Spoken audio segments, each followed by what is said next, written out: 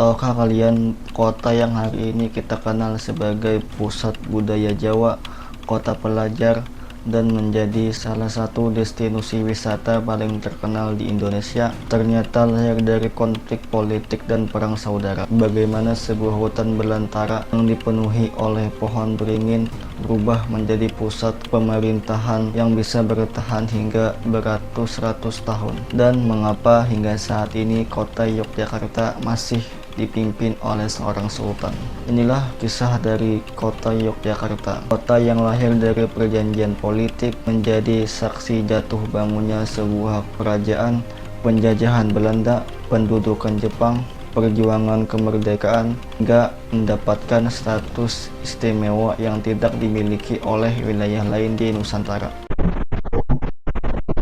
Oke guys, balik lagi di channel Mulkeni. Jadi pada video kali ini aku akan membahas tentang sejarah kota di Indonesia, yaitu kota Yogyakarta, kota yang kita sebut juga dengan kota istimewa. Oke, tanpa berlama-lama lagi kita akan langsung masuk ke videonya. Kisah Yogyakarta tidak bisa terlepas dari Kerajaan Mataram Islam, kerajaan yang terbesar di Pulau Jawa. Pada pertengahan abad ke-18, sebuah konflik internal yang berkepanjangan terjadi di kerajaan ini. Perebutan kekuasaan yang membuat kondisi politik menjadi tidak stabil.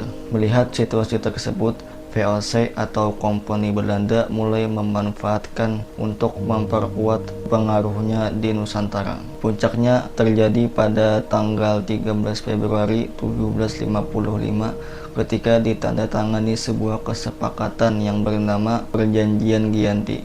Perjanjian ini ditandatangani oleh pihak Belanda yang diwakili oleh Gubernur Nicholas Hartings atas nama Gubernur Jenderal Jacob Mosel. Isi perjanjian tersebut adalah membagi wilayah Kerajaan Mataram menjadi dua bagian. Wilayah timur tetap menjadi Kasunan Surakarta di bawah Pakubuwono III, sementara wilayah barat diberikan kepada Sultan Mangkubumi. Sejak saat itu, secara resmi Sultan Mangkubumi diakui sebagai raja dengan gelar Sultan Hamengkubuwono I. Dari sinilah cikal bakal kota Yogyakarta lahir. Tidak lama setelah Perjanjian Giyanti, Sultan Hamengkubuwono I mengambil keputusan yang sangat penting. Beliau menetapkan nama wilayah kekuasaannya dengan nama Nagari Ngayogyakarta Hadiningrat. Keputusan tersebut diambil secara resmi pada tanggal 13 Maret 1755. Nama Yogyakarta sendiri memiliki makna yang sangat mendalam. Kata Yogya atau Ayodhya memiliki arti damai dan tidak bisa ditaklukkan, sementara kata Karta memiliki arti sejahtera. Maka kota Yogyakarta bisa diartikan sebagai kota yang damai, sejahtera, dan tidak bisa ditaklukkan oleh musuh. Nama tersebut bukan hanya sekedar nama wilayah, tetapi menjadi harapan bagi kerajaan yang baru lahir. Setelah menetapkan nama wilayah, Sultan Hamengkubuwono I mulai mencari lokasi yang cocok untuk menjadi pusat pemerintahannya. Pilihannya akhirnya jatuh kepada kawasan hutan yang bernama Hutan Beringin atau Pabringan. Di kawasan tersebut sebenarnya sudah ada satu desa yang kecil yang bernama Pacetokan.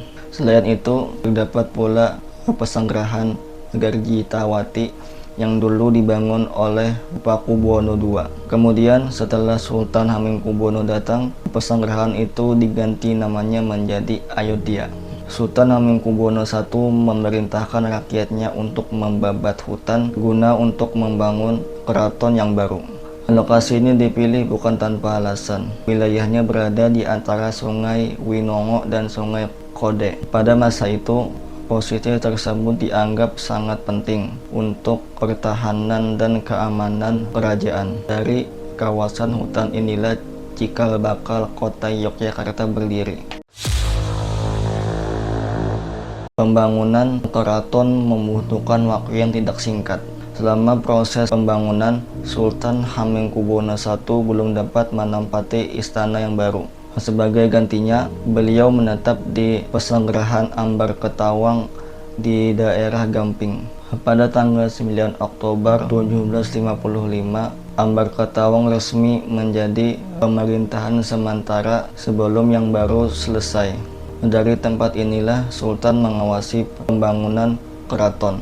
Setiap detail pembangunan diperhatikan dengan saksama, karena keraton bukan hanya tempat tinggal raja, tetapi menjadi simbol kekuasaan dan tempat budaya Jawa. Setelah kurang lebih 1 tahun pembangunan, akhirnya keraton baru selesai juga dibangun. Pada tanggal 7 Oktober 1556, secara resmi Sultan Hamengkubuwono I mulai memasuki istana yang baru. Peristiwa tersebut menjadi titik awal lahirnya kota Yogyakarta. Tanggal inilah yang diperingati sebagai hari jadi kota Yogyakarta. Keraton Yogyakarta bukan hanya tempat pusat pemerintahan. Keraton juga menjadi pusat budaya, agama, pendidikan, dan kehidupan sosial masyarakat di Jawa. Seiring berjalannya waktu, pengaruh Belanda di Nusantara semakin kuat. Yogyakarta kemudian dijadikan residenan oleh pemerintah Belanda. Meski demikian, Yogyakarta masih diberikan wewenang untuk mengatur kerajaannya sendiri. Untuk menjembatani antara pemerintah Hindia Belanda dan keraton, maka dibentuklah residen. Residen pertama yang dari pemerintah Hindia Belanda adalah J.M. van Rijn. Sementara dari pihak keraton, Tumenggung Yudhanagara III untuk menjadi residen. Sistem ini membuat Yogyakarta berbeda dengan wilayah lain di Nusantara. Satu sisi mereka masih di bawah kependudukan Belanda, dan satu sisi lain mereka bisa mengatur kerajaannya sendiri tanpa campur tangan dari pihak asing. Memasuki abad ke-20, Yogyakarta mulai berubah menjadi pusat pendidikan dan pergerakan nasional. Pada tahun 1908, Kongres pertama Budi Utomo diselenggarakan di Yogyakarta. Peristiwa ini menjadi tonggak penting dalam perjuangan Indonesia. Beberapa tahun kemudian, tepatnya pada tahun 1912, lahirlah organisasi Muhammadiyah, salah satu organisasi Islam yang terbesar di Indonesia. Dari Yogyakarta pula lahir berbagai tokoh yang berkontribusi dalam perjuangan kemerdekaan Indonesia. Pada tanggal 6 Maret 1942, pasukan Jepang mulai memasuki Yogyakarta. Tidak ada perlawanan, pemerintah Belanda yang telah kalah digantikan oleh pemerintah militer Jepang. Berbagai gedung diambil alih oleh pihak Jepang. Benteng Fredericburg dan kawasan Kota Baru menjadi pusat pemerintahan Jepang di Yogyakarta. Meski masa pendudukan Jepang hanya 3,5 tahun, peristiwa tersebut memberikan dampak yang sangat besar terhadap masyarakat Yogyakarta.